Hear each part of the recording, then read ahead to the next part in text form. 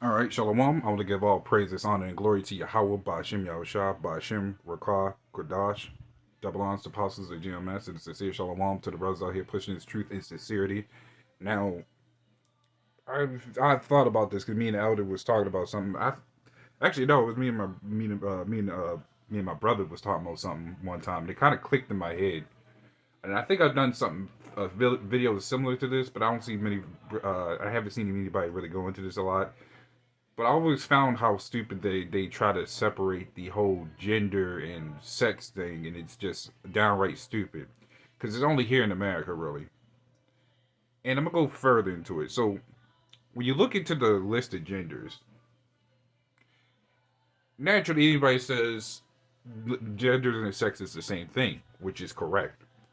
But now here in America, they trying to differentiate based off your psychological, meaning you can believe that you're a woman even if you're a man, which is not true. But that's the spirit that the Lord put these people in, which makes sense. But in reality, that doesn't. These people don't have the understanding, so they will come up with more genders, especially with how Obama let in that floodgate of different possibilities. So here's one list, which is cisgender, transgender, agender, gender fluid, gender queer, non-binary, bigender, intersex, and gender expression. Never heard of that one. But the list goes on. The list goes on. Demigirl, pangender. Uh, and it's so much. So when you look down here, you see 57 genders, and then you see 107, and then it just goes on and more. Goes to show you how stupid and goes to really show you how stupid and how much these people can't even make up their mind. I did a video last year going with the whole list of people that was asked, "What are your genders?" And half of them didn't even understand. They was hesitating, trying to figure out what gender they was even going with. One of them at the end says, "I don't know, I'm confused." She was saying asexual or something like that, and it's like, I don't know, I'm confused. So you see how stupid this is, right? Moving forward, it says how many genders are there? It says there's no fixed number of genders, and the possibilities are infinite. How the hell does that work? So you could make up anything and everything. That's only here in this place. You don't hear about this in any other place. It's only here you could make up some dumb stuff like that. Just like how you can make up any other gods that you want. Spaghetti gods, shark gods, uh, waffle gods, all sorts of stuff. You can make them up as you go. That's how mythology works. You could actually make up these people, even though these some of these Greek gods and Egyptian gods, these are actual people, but they just did a whole bunch of sick stuff. They wasn't what their mythology says they were. That's the difference between making up stuff. The difference between mythology and the real world is completely different. So when you go into these mythologies, you hear about all this sick stuff they do, and then you go into the real piece of evidence of what they really were. It goes to show you that this stuff that you're making up is dumb. So nothing in this society of what you make up is new. It just grows and becomes worse, right? So when you look up here, it says how many sexes are there? Two, which is male and female. Okay. How long before they decide to change that? Let's go further. It says what year was the gender made? Now this is funny because this part also had me thinking. The term gender was first used in 1950s to describe a human characteristic, but the concept of gender is complex and has evolved over time. So you had the question: if it evolved over time, what was it originally? So you go here, you go into 1474. It says the word gender was first used in a letter to describe what the writer referred to as the masculine gender, which was men, which still goes back to sex. It's both the same thing. Go down even further. Let's say, where is it? I think Give me a second. I think I saw it here. Ah, right here, 1950s. Actually, the next one, because it says 1950 was the first time it was used, but 1950s it says the term gender was first used in medical or in medicine to describe to a new concept of sex. I can't say the word. Clinicians claim that experience rather than biology shape much of what we identify as masculine and feminine behavior. So, still going back to 1474, it was originally about man and female.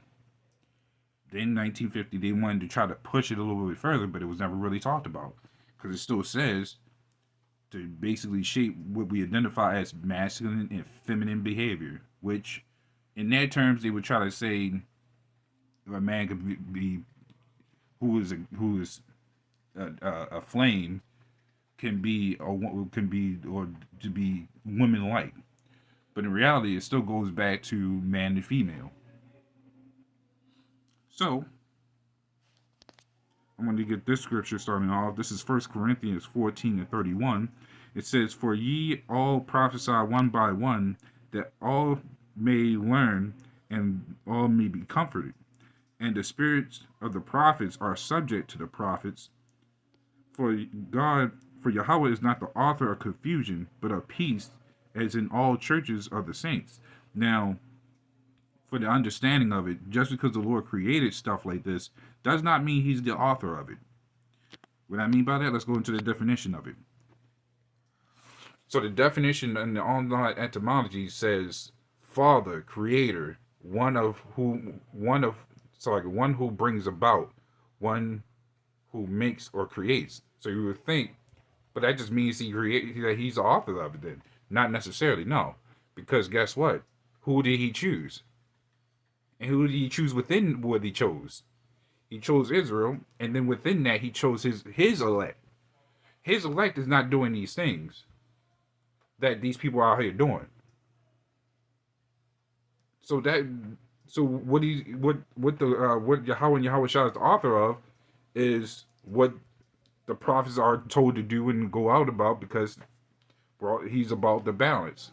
He's about what he is, about the order, the actual spiritual righteous side, not about all this wickedness.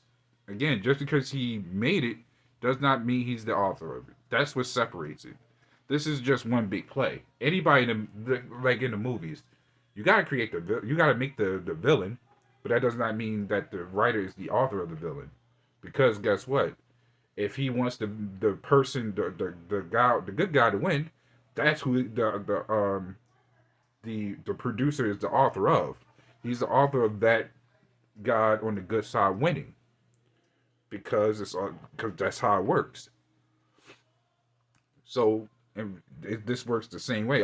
That's why anything Esau does is basically a cheap imitation of what the Lord does. He gets all this stuff out of the Bible. That's why Esau is basically the author of all this wickedness that goes on here, because this is what he's about. He's about us getting us out of the way. Esau is the author of wickedness.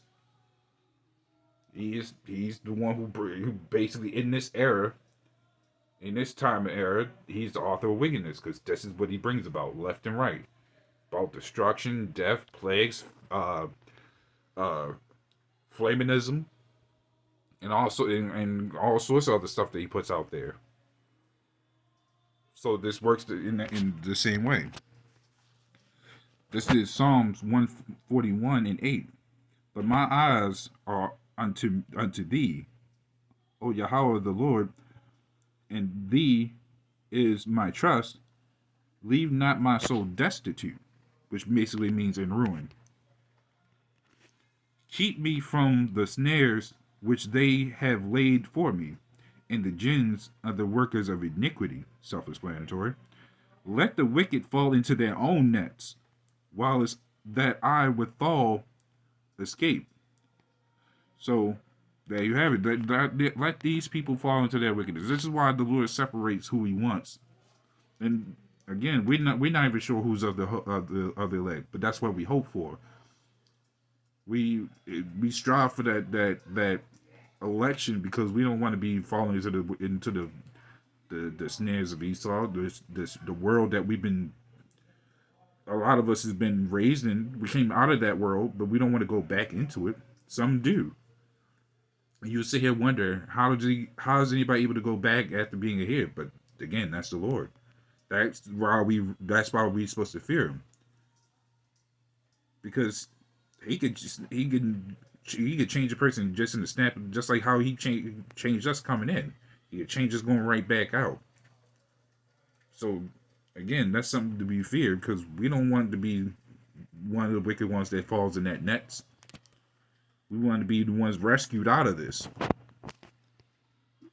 I'm sorry, that wasn't. This is Malachi 4:1.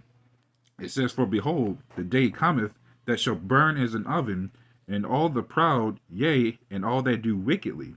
And I'm gonna stop there because you have our people that are proud in this place, wanting to defend this place, along with Esau or any other heathen nation that gets converted over here. And those are the proud ones, because those would be the same ones following after Esau that makes up a whole nother gender or a whole new sex if he wants. Whoever controls the media controls these people's minds.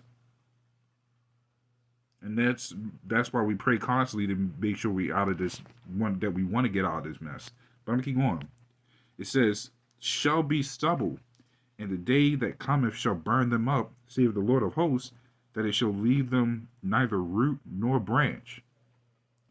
So, and I say this every time, but when you have a big tree with corrupted roots, you got to burn it.